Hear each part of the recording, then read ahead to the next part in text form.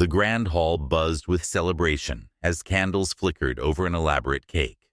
Mark Thompson's 50th birthday party had brought together an eclectic mix of family, friends, and colleagues. The music was lively, the wine flowed freely, and laughter punctuated the air. Mark, handsome and well-preserved for his age, soaked in the admiration and goodwill, reveling in the attention. But for his wife, Laura, tonight was about much more than a milestone celebration. She had planned every detail meticulously, right down to the heart-stopping climax she would deliver before the final toast. Laura had discovered Mark's betrayal a month earlier, the revelation piercing her like a dagger. After 25 years of marriage, she had stumbled upon a ring in his coat pocket, a stunning diamond meant for someone else, not her. Not the woman who had stood by his side, sharing dreams, sacrifices, and decades of memories. That night, a simple slip of paper buried in his pocket gave her the answer. A love note from a younger woman named Michelle. In the weeks leading up to the party, Laura had remained outwardly calm, carefully crafting her plan. She coordinated with Mark's closest friends, asked them to prepare speeches, and made sure the guest list included everyone he cared about. She even hired a photographer to capture the evening. No one suspected a thing. As the night wound down and guests gathered around to hear the final toasts, Laura took the microphone, her voice steady yet laced with purpose. She began speaking of their journey together, how they had met, the memories they had built, and the life they had shared. Her words were warm and nostalgic, drawing laughter and sighs from the crowd. But her tone shifted, her voice growing quieter, yet sharper, and her gaze fixed on her husband with an intensity that made him uneasy. "I want to thank everyone for being here tonight to celebrate Mark's 50th, Laura said, her words hanging in the air. "And of course, to introduce someone very special who is joining us." Mark shifted uncomfortably, his face flushing, sensing something in her tone that unsettled him. Laura turned toward the guests, her face a mask of composure. "Michelle, dear, won't you come up and join us?" The room fell silent, a confused murmur spreading as a young woman in her late 20s, dressed in an elegant black dress, glanced around nervously before stepping forward. Mark's eyes widened in shock, his mouth parting, but no words came. "This is Michelle," Laura continued, her tone cool but devastatingly clear. "She's Mark's fiancée. They're engaged, you see, and Mark has been planning quite the future with her. One I'm sure will be every bit as exciting as ours has been." Gasps filled the room, followed by a deadly silence.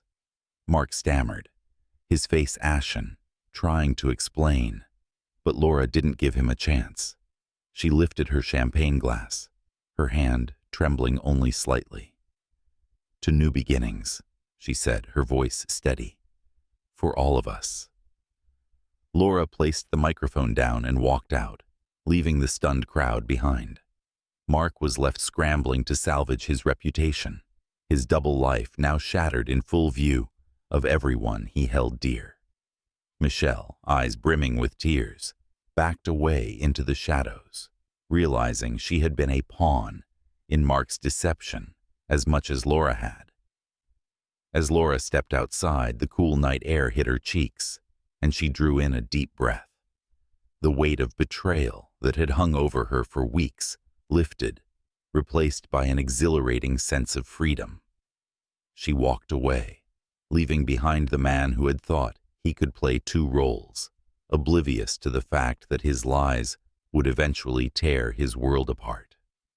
And on that unforgettable night, as Mark's carefully constructed life lay in ruins, Laura's own story of resilience and rebirth began. The following weeks brought a maelstrom of whispers, accusations, and questions in the circles Mark once ruled with unchallenged charisma. Friends and colleagues kept their distance, and the scandal was the talk of every social gathering in the city. Mark, desperate to regain control, tried to do damage control, reaching out to everyone who had been at the party. But no one had much sympathy left for him. Laura, on the other hand, found herself inundated with messages from friends and family, offering support and expressing their disbelief. Some applauded her for exposing Mark, others worried about how she was coping. But beneath the surface, Laura felt more than just relief. She felt empowered, as if a weight she'd carried for years had been lifted, revealing an unexpected, thrilling path forward. One afternoon, as she sipped coffee at a quiet cafe, Laura was approached by someone she least expected, Michelle. She was tentative, visibly shaken, and yet, somehow, determined. "Can I sit?" Michelle asked, her voice soft, barely above a whisper. Laura regarded her for a moment, then gestured to the empty chair. Michelle's presence was a stark reminder of the painful truth Laura had faced, but she no longer felt anger or jealousy. Instead, she felt a strange sense of solidarity with this woman, who had also been betrayed by the man they'd both trusted. "I didn't know," Michelle began, her eyes glossy with tears she was clearly fighting to hold back. "I thought he was honest. I thought I was his only one." Laura nodded, the sharp edge of her initial bitterness dulled by the young woman's vulnerability. "I understand. He has a way of making you believe that, doesn't he?" They talked for hours, sharing stories and slowly peeling back the layers of the man who had deceived them both. Michelle revealed how she and Mark had met, the whirlwind romance, the promises he had made. It mirrored Laura's own experiences from decades ago, back when she had first fallen in love with him. It struck her then how much she had changed over the years, grown wiser, less easily charmed by promises, and, perhaps, more cynical. By the time they parted ways, Laura felt lighter, as though she'd made peace with a chapter that had haunted her. She no longer saw Michelle as the intruder who had disrupted her life. Instead, she saw her as another casualty in Mark's reckless quest for admiration. Days turned into weeks, and Laura began to rebuild her life. She threw herself into her work, reconnected with old friends, and took up new hobbies she had once shelved to support Mark's career. She even traveled to Paris, fulfilling a dream she'd postponed for years to accommodate his business schedule. Meanwhile, Mark's life continued to unravel. Michelle had publicly broken off their engagement, making a scathing statement on social media about trust and loyalty. His business, once thriving, suffered as clients distanced themselves from the scandal. Mark was left with little more than memories of a life he had once taken for granted. Months later, on a crisp autumn morning, Laura received a letter in the mail. It was from Mark.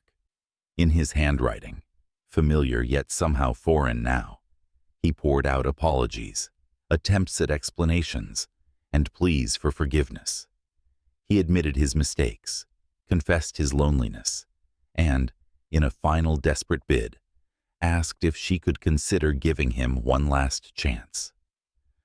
Laura read the letter carefully, absorbing every word, feeling the echoes of past emotions stir inside her.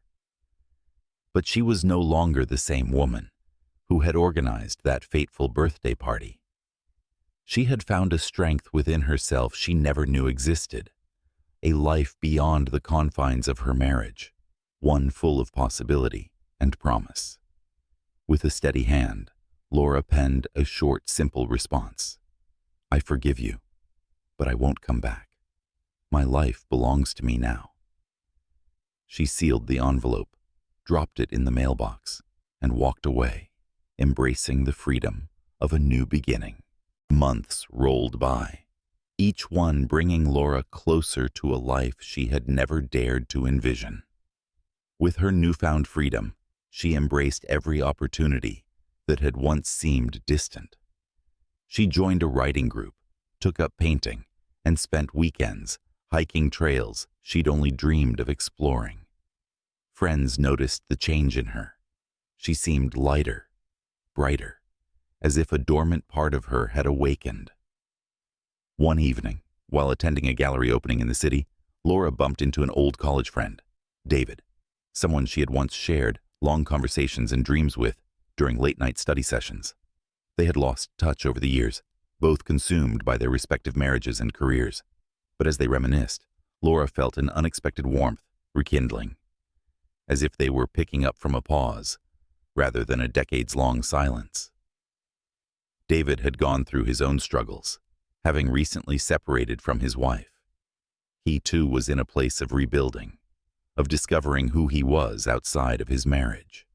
Their shared experiences brought them closer, and what began as casual coffee dates turned into dinners, long walks, and laughter-filled conversations that stretched into the night.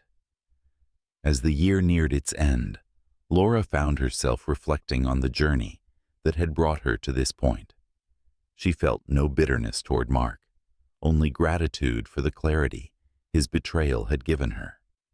She had reclaimed herself, her dreams, and her purpose.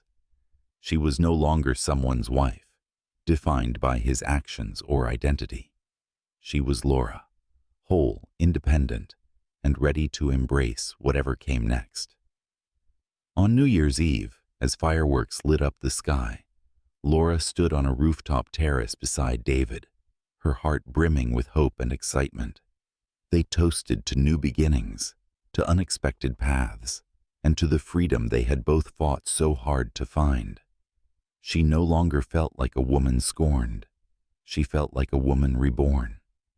And as the clock struck midnight, Laura realized that, despite the heartbreak and pain, she had found the most precious gift of all, herself. In the end, her story wasn't one of betrayal or revenge. It was a story of resilience, renewal, and the unbreakable strength of a woman who chose to reclaim her life on her own terms.